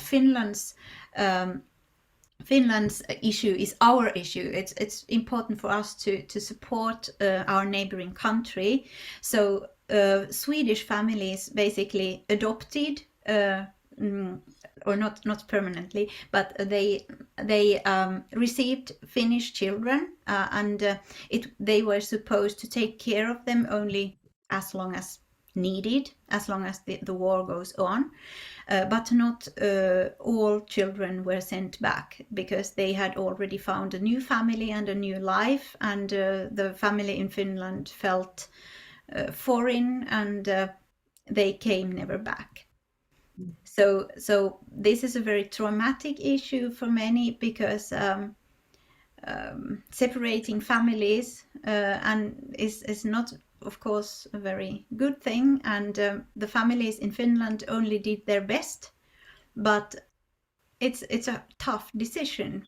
We have seen documents and documentary material about children with a paper here saying their name and where they are supposed to be sent, and then they were just put into the bus or into the train and taken into a foreign country all on themselves. So that's something that that is still part of the Sweden-Finnish history as well. And you talked about an interview with somebody named Sirpa. There's somebody who's in this call named Sirpa.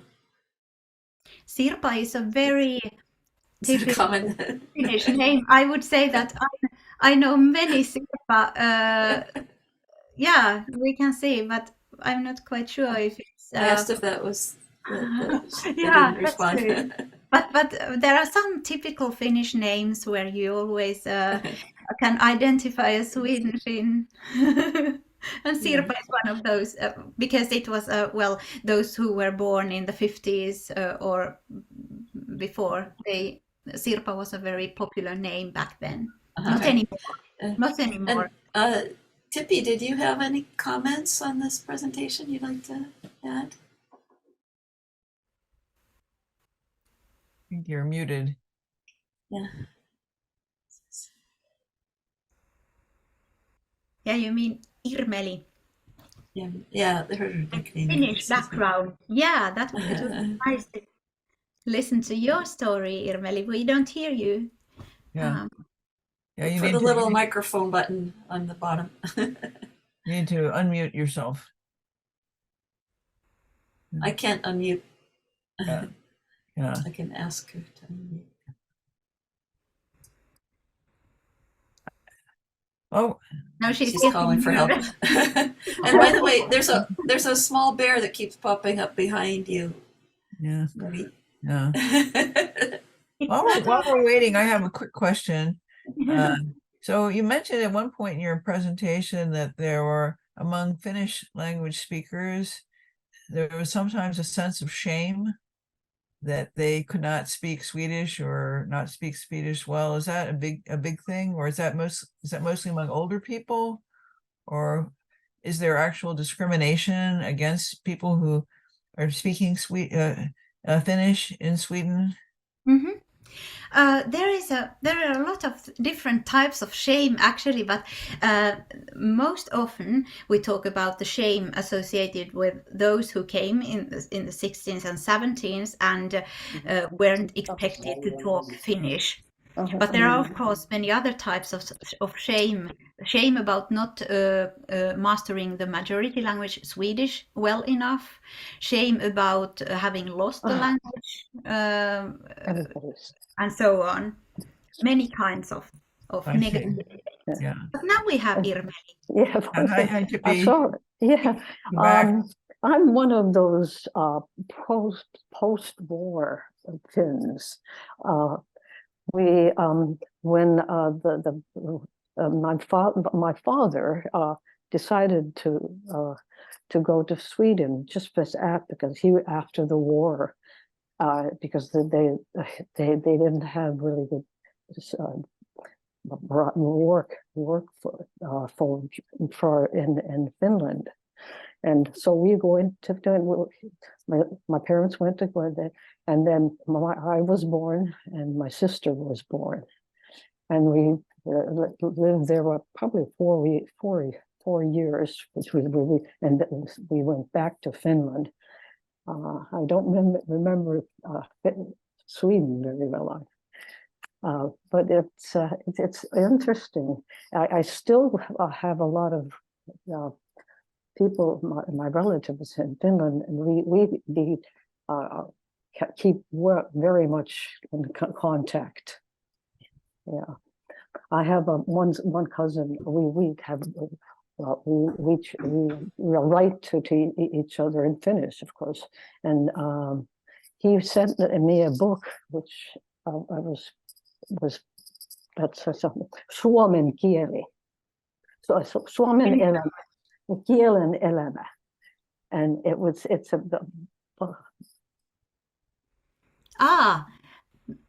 life of a language.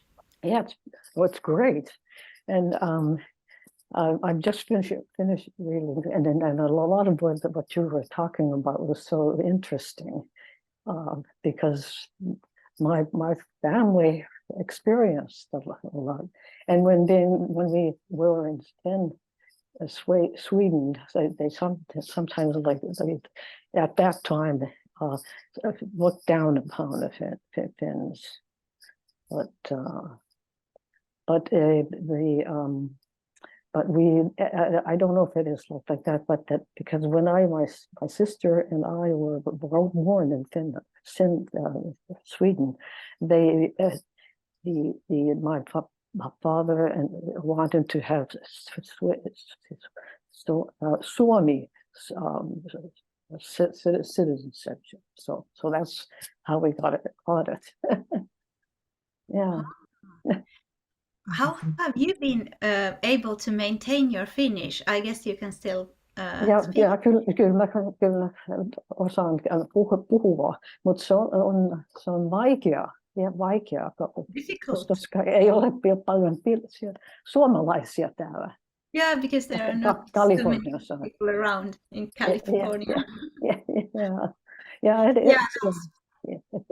That's the key issue, how to find people to talk to.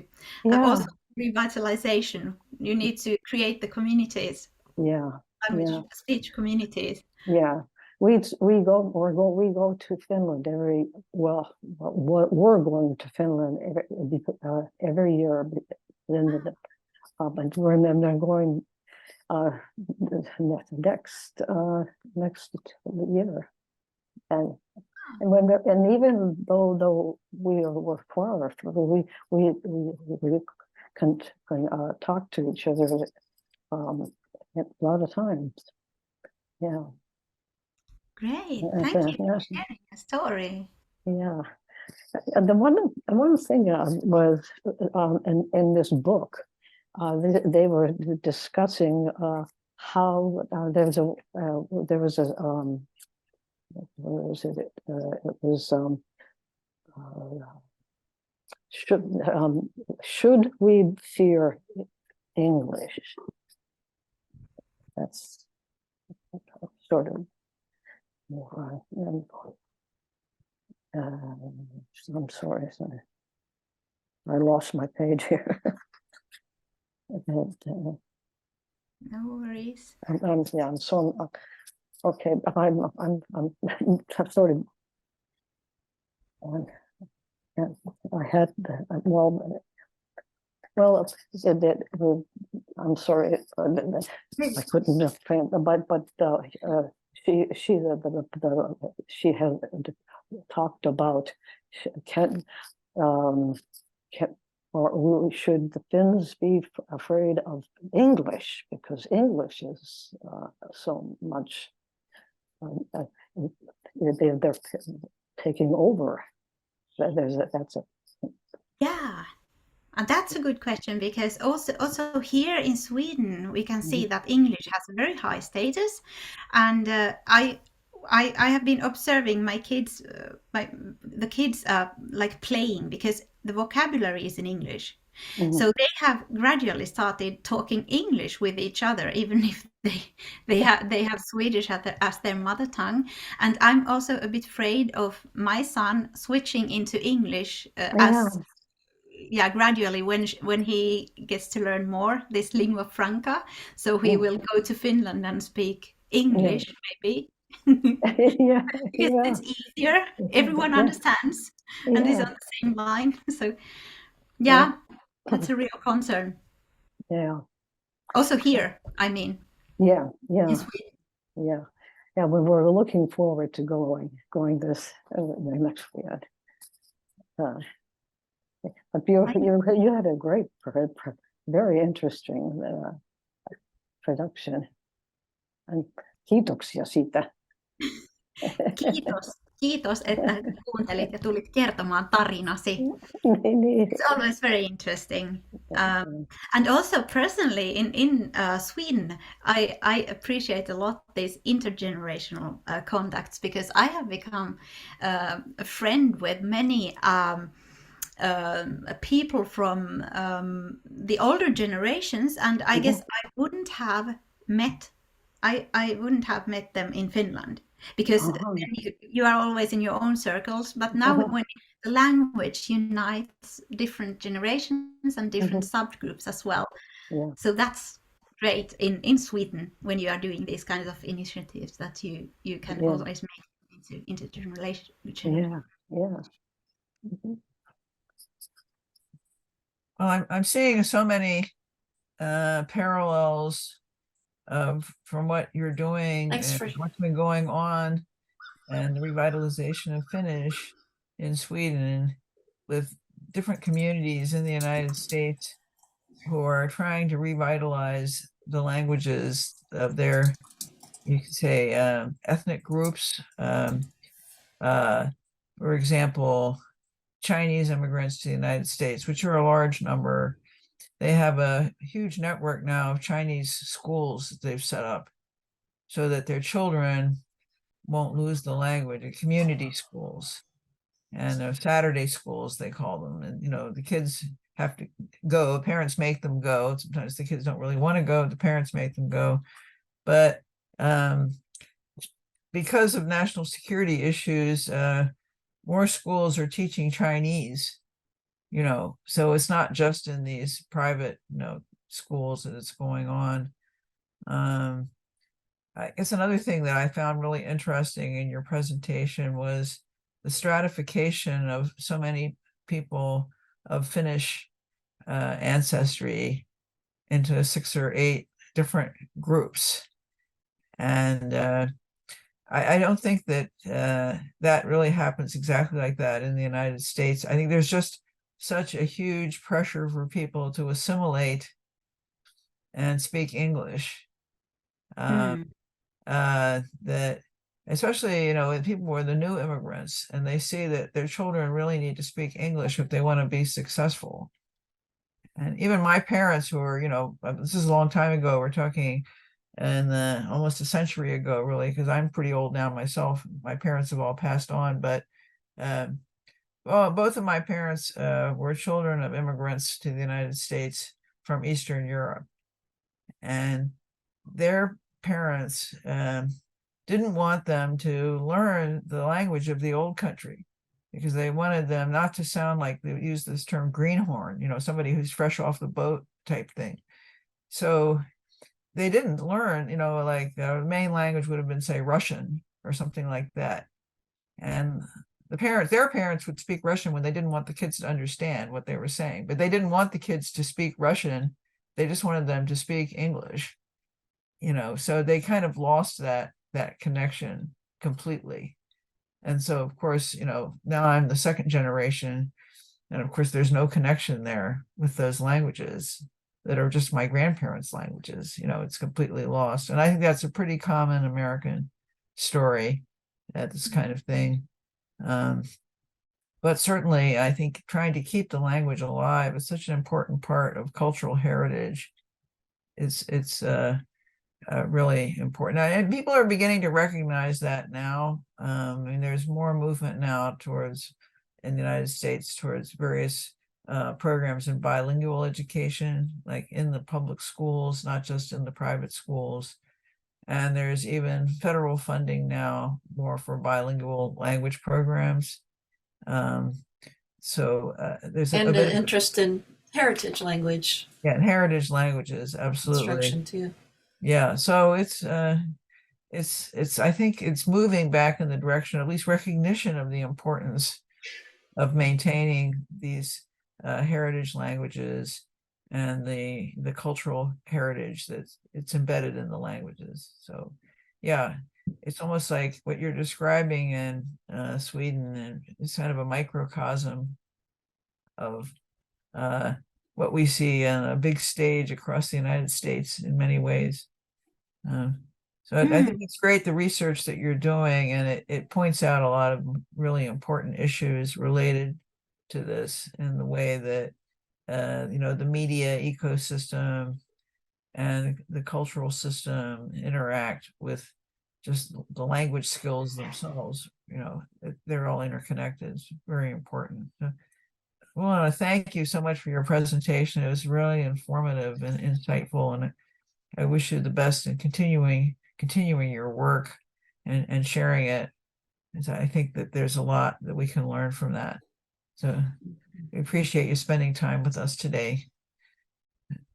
Thank you so much, Laura, and thank you everyone at the Language Museum, and thank you audience as well. It's always nice to be able to do this kind of reflection. And I also now realized when I was going through these how Sweden is still a special case, because having the neighboring country of Finland so close makes that saving a language is another kind of an effort, maybe, because compared, for example, the Chinese population in America, you don't have the Chinese state behind the next door, but hopefully, but here Finland is a vitalizing force, but it's still different, and this makes the Swedish case very special. So thank you for inviting me. It was I think the more analogous situation is Mexico on our southern border. Yeah. And Mexico and the immigrants from the other Spanish-speaking countries in Central and South America coming into the United States. I mean, it's actually a very large group. About more than 20% of the population of the United States are native Spanish speakers. And Spanish is the most widely studied language by non-Spanish speakers in the United States. So they have a lot of these border issues, and people going back and forth across the border and having family members across the border. It's a lot of movement back and forth. Of course, some of it is people don't have legal papers to go back and forth, and that's a really big deal. So-called illegal immigrants or illegal aliens, let's call them. But from a linguistic perspective, I think there's definite analogies there.